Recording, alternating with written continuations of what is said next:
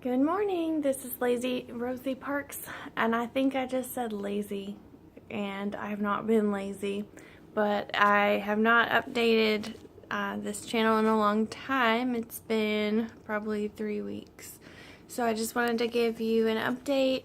I have been eating pretty consistently the same thing, and I've been working out like maybe once a week, if that. I think I worked a lot the last 3 weeks, and I've been keeping the kids at home to keep them away from the flu and all the other germs that are going around right now, because there's so many to choose from.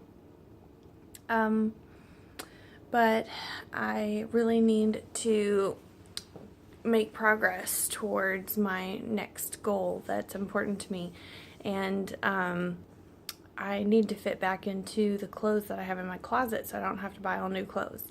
So I really only need to get down one more dress size in order to have a lot more options available to me. But I really don't want to restrict my food intake any more than I have already. So what I am thinking about doing in my current plan is to do strength training and interval training at the Y 4 times a week. And so far I have gone twice, so I need to go 2 or 3 more times this week. It's okay to do more, right?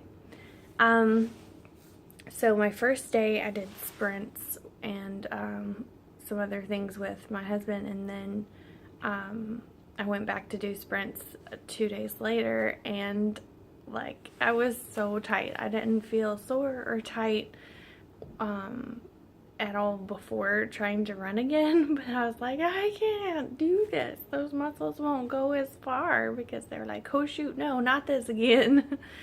So I'll have to work back into that, get my body used to it. And this morning for my breakfast, I'm having scrambled eggs with Havarti cheese and bacon and avocado. I'm having some coffee with MCT oil in it. And I am not doing the ketogenic diet.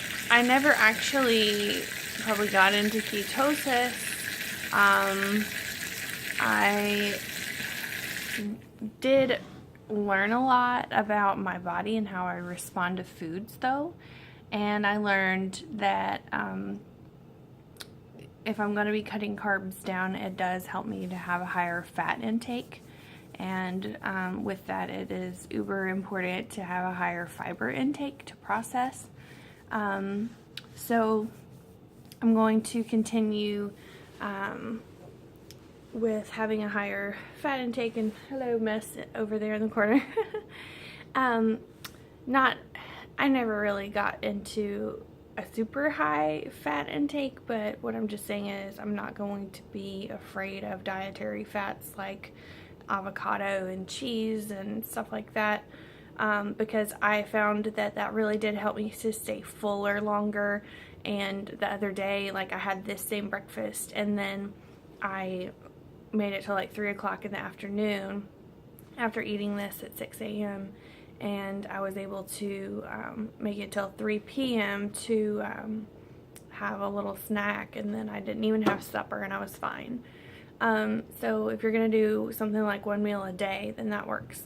I also made a big mistake, and after 2 days of not eating very much, thought, oh, I'm gonna do some intermittent fasting on top of this, and then I'm gonna go to the gym.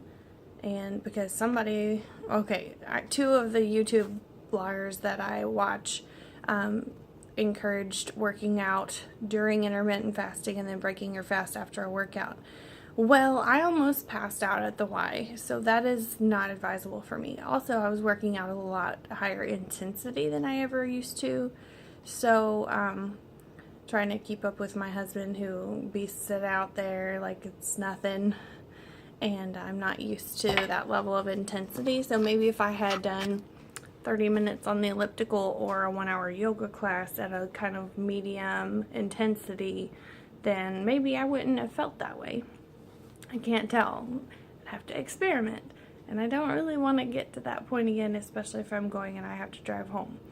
So, yeah, that's my, I'm still wanting to get down one more dress size in the short term, and then I need to lose 20 pounds this year to be able to meet another goal that I have, to just be a normal BMI, which may not be normal, but it means something to insurance companies, so why not?